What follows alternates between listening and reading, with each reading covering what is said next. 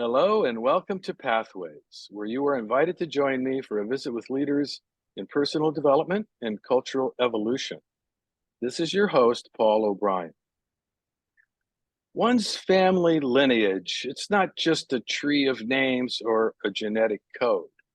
Your ancestors have left a legacy of patterns, a field of energy, and even historical trauma, according to the author we're visiting with today on Pathways.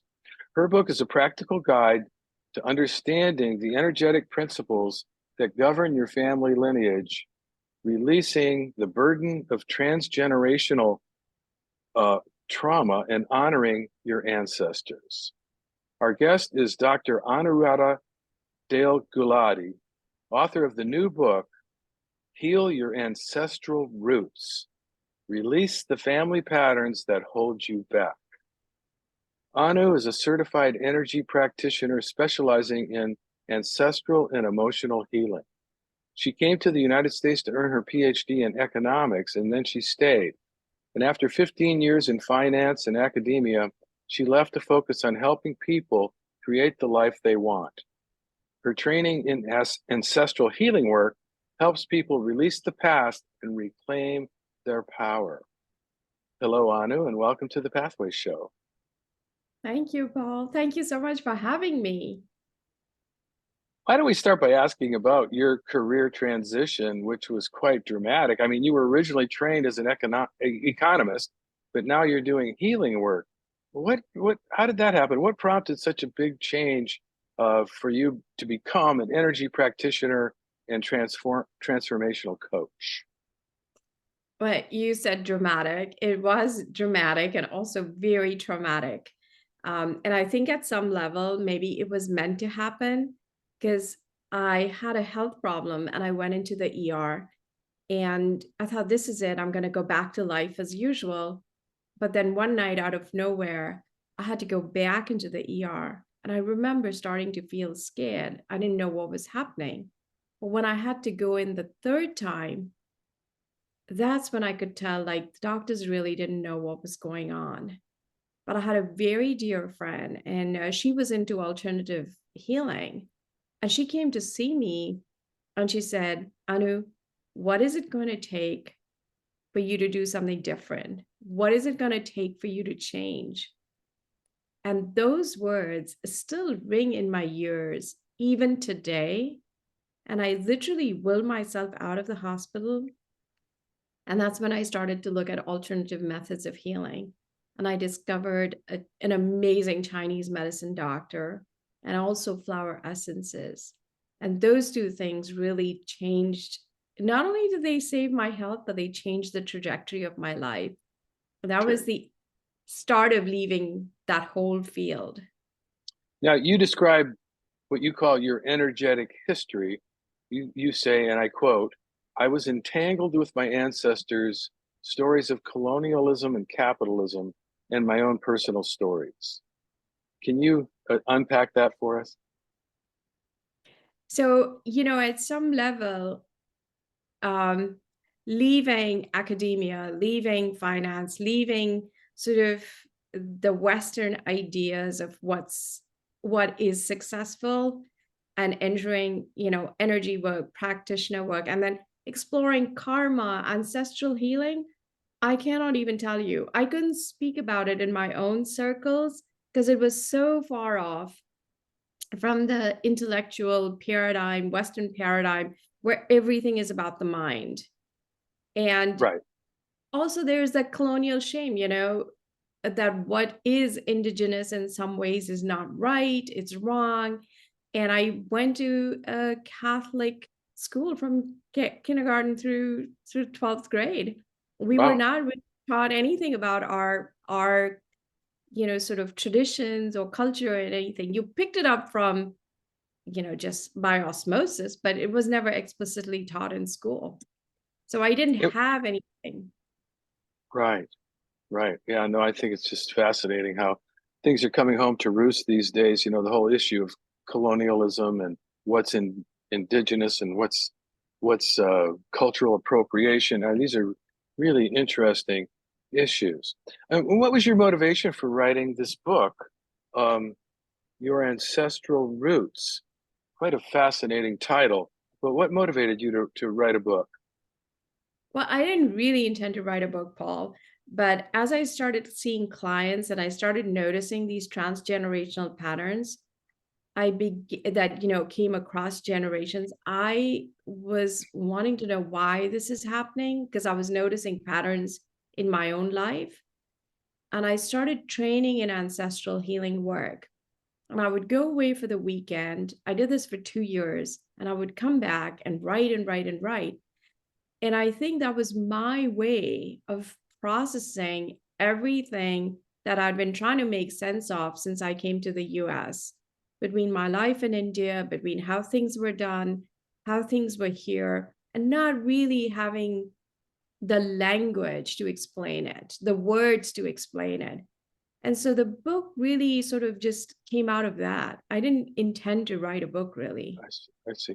And how did you discover? How does one discover transgenerational patterns? I mean, how could you see this? You know, you're working with somebody, and then you come to some awareness that what they're presenting isn't just their stuff; it's stuff that they inherited. When I How can you know that? How did you have a sense of that? So, as an economist, and this is maybe where that training actually turned out to be helpful, you're looking at a problem, you're looking for a solution, and you're looking at patterns. So, I think part of my training was there to look for patterns. And so, Mhm. when I'm listening to someone, I'm listening for the patterns, the emotional patterns, the response patterns, and patterns across generations. And that helps me see like what's happening. But I think for an individual, the presence of transgenerational burdens appears as this feeling of being stuck, as if like I'm trying to create change. I want a relationship. I want financial success, professional success. I want this career outcome. And you try really hard, but it doesn't seem to shift. It's as if there's a ceiling. And Mhm. that's when something ancestral could be going on. That's what I I see. wanted to have people understand in the book, like have a roadmap or a guide to understanding and decoding that. Right. And I could decode it for myself by thinking back to my parents and knowing, quite a bit about their upbringing and what their programming was like, and the poverty consciousness of growing up in the depression and stuff like that. And I could see that that was an ancestral burden um, that I had inherited, but I don't really know that much about my grandparents, and certainly not my great grandparents. And there might have been some really traumatic stuff. So it's kind of hard to trace it back because most people don't have a very detailed long-term family history. One way of addressing that is just simply seeing what you're struggling with.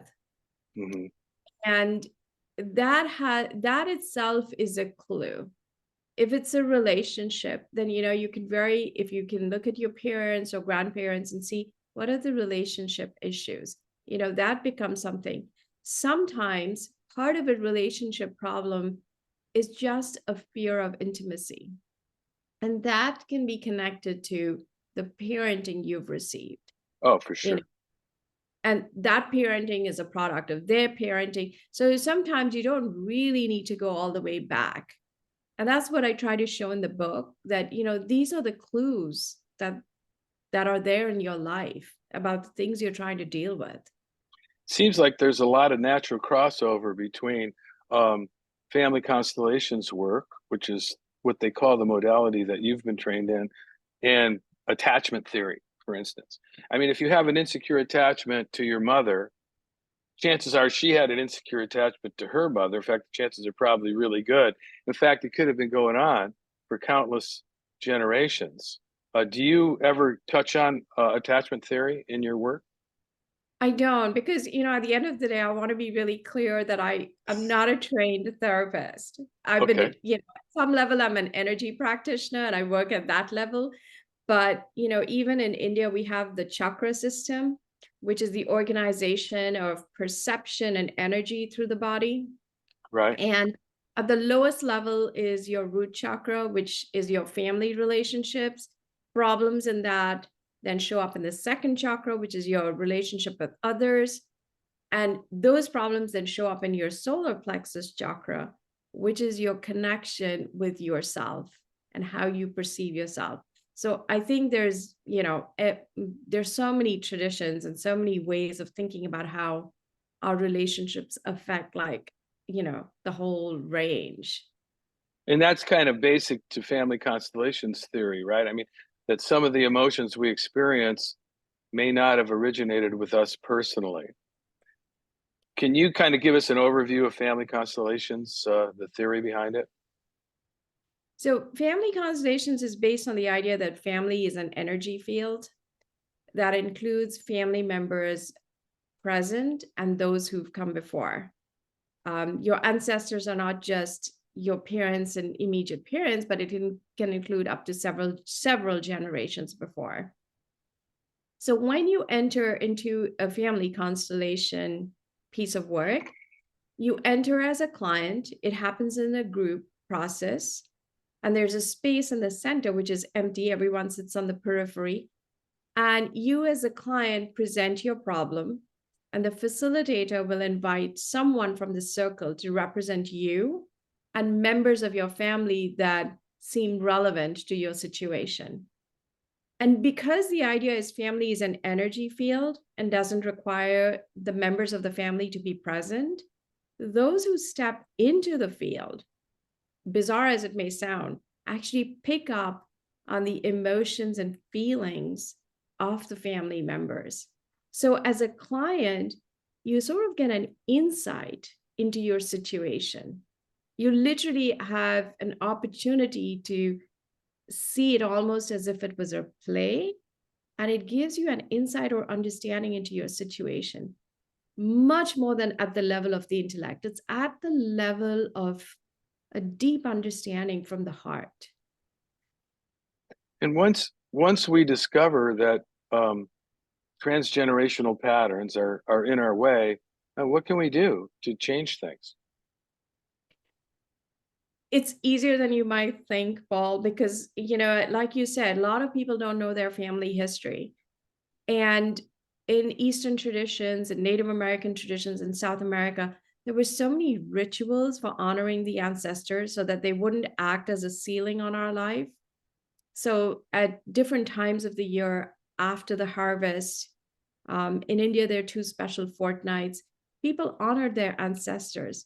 And I think, in the Western tradition, it was thought of as ancestor worship, but you're not actually praying to your ancestors. You're praying for your ancestors. There's a big difference. You're praying for them to evolve, for their spirit to evolve, to be well, to be healthy, to move on up, so that then they can be more powerful in terms of like blessing you as opposed to like hanging around you. No, that's, as I was reading your book, which is fairly recently, I found myself in bed at night talking to my mother, who passed away about 3 years ago. And she was really a very a very angry person, a rageaholic type of person, not a really loving. She wasn't a warm and fuzzy parent at all. And but I found myself talking to her and sort of like giving her some love and some appreciation for the things that she did do.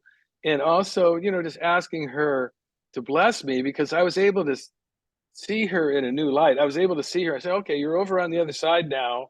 Maybe you're not the what that you used to be. And it was a kind of I felt a kind of some healing going on from doing that. Is that the kind of thing that you have people do? I love your story. And, I do have people, like, if they have lost a parent, a father, like, talk to your parent, like, put their photograph, like, put some flowers, like, it's a veil. Their physical body disappeared, but, at some level, they're still there. But I think, you know, that you were talking about seeing your mother's backstory with compassion. That's kind of where healing happens. That's what family constellation tries to do. And the other thing is, you know, when you think about it, there's 252 mothers and fathers that came before us.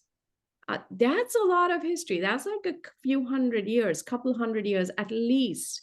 Of Now, what did you say? 352? I don't understand. so, you know, our parents is two, their parents, that gives us four. Their Yeah. parents is like, so if you count everybody up to 7 generations, we Oh, have okay. like 252 mothers and fathers. Hmm. But we can't heal or fix anything that came before us. All we can do is release ourselves from the baggage that we feel we are carrying. And a And lot of times, go ahead. A lot of times we're carrying this baggage in the form of emotional patterns. And so let's talk about emotions because you have quite a bit in the book about that. Um, you know, how emotions can keep us prisoner, but they're not even our own emotions. So what is your understanding of emotions? so a lot of times, so when we think of our emotions, I mean, let's take an emotion like jealousy. You know, we think of that as a negative emotion. But behind jealousy is the feeling like, I want what you have, and maybe I can't have it. Or maybe I tried to have it, but I couldn't. Or maybe I want it, but I don't know what to do. So there's emotions of sadness, of fear. There's an emotion of resentment. There's lots of emotions. And we are taught not to make space for our emotions. Like, you know, get over it. You're too emotional. You're too sensitive. But that negative emotion, that so called negative emotion, is an invitation to go inside and connect with ourselves, to see the parts of ourselves that are calling for healing. And, you know, positive emotions are really the parts that we have listened to and the parts where we have connected with ourselves, like emotions of peace and gratitude and, you know, joy and harmony. It's really about restoring connection to ourselves. You know, but that's not an automatic impulse because if we have an unpleasant emotion, it seems like it's something that we're afflicted with, and we just want to get away from it. We just want to get rid of it. And but you're saying something different. Yes, and because maybe intellectually we can understand, like, you know, my father was like this, and this is why he was like this, but that doesn't stop me from getting angry about it or, you know, being resentful of him. And that is why in the book I wanted to introduce flower essences as a healing modality, because they work at the level of the heart and the energy of emotions and allow us to shift those emotions, because the real healing journey is from the head to the heart, and that's a really long one, and we can't do it intellectually, but we can do it with support. And the essences, which are really medicine from Mother Nature, they are a way of allowing healing to happen, to You start the know, unfolding process. yeah, you know, you say that you offer us an ancestral vision, which goes like this: You may be one of your you may be the one your ancestors have been waiting for, the one who will bring about healing and repair of the family energy field. And this might involve, um, you know, resolving karmic issues, which you also get into the book. It's just fascinating. So, how do we do this, and how do flower essences help us do this? Because it's a vision of, you call it blooming on the family tree. You are the flower. How you carry your history within you in support of your authenticity in showing up as yourself. That's the name of the game. So tell us about flower essences and how they help and their relationship to emotions, etc. So let me tell you, just for your listeners, I want to, what are we trying to accomplish? There's an African proverb that says, when you cut your chains, you free yourself. When you cut your roots, you die. So the tightrope that we're walking is honoring our ancestors and honoring our individuality. And to make that journey, we need to recognize where we came from. So letting go of resentment, the feeling that I'm a victim of what came before. And ancestral healing is really releasing the feeling that you're a victim of what came before you. And the flower essences help in expanding your emotional range, in restoring your internal guidance system, restoring your sense of self-worth, so that you can make that journey to your own individuality. And so people who start the healing journey in their family have no idea that they are taking on the most sacred task that they could possibly be doing. Because when you heal yourself, you're healing those that came before you. And, we are the ancestors of 7 generations to come. So we are healing those who come after us. So it's just really valuable work. Well, what is so special about the energy of flowers? Is there something magical about flower essences? In a lot of ancient traditions, like, the Egyptians, the Celtics, the Druids, even in India, dew was considered sacred. But clearly, it's really hard to collect enough dew. And so Dr. Bach, who was this English surgeon in the 1930s, he found a way to recreate the healing properties of dew and to stabilize it so that it could be used. So flower essences are really wildflower infusions in spring water, and it's preserved with brandy. So it's the energetic property of the flower. And then researchers at the University of Glasgow in Scotland identified 4 primary emotions: fear, anger, sadness, and joy. And a lot of time we were cycling in the first 3. And what Dr. Bach did is he identified the nuance of each of those emotions and mapped them onto the flowers. So we know that, there's fear of known things like spiders, planes, flying, fear of unknown things, which you don't want to speak about. And he identified flower essences for each of these different types of fear, different types of things. So that's what shifts the emotional energy. Yeah, and you talk about that in the book. I mean, you have a lot of different flower essences that you recommend for different emotional states and different sorts of stuckness. And it's very educational. And I think it also is clear to people who read your book how they might go find those things or maybe even make them for themselves. Well, we're just about running out of time, but you have so much in this book. You talk about synchronicity and you talk about the power of synchronicity and surrender, which is something I know a lot about because I wrote a book on synchronicity myself.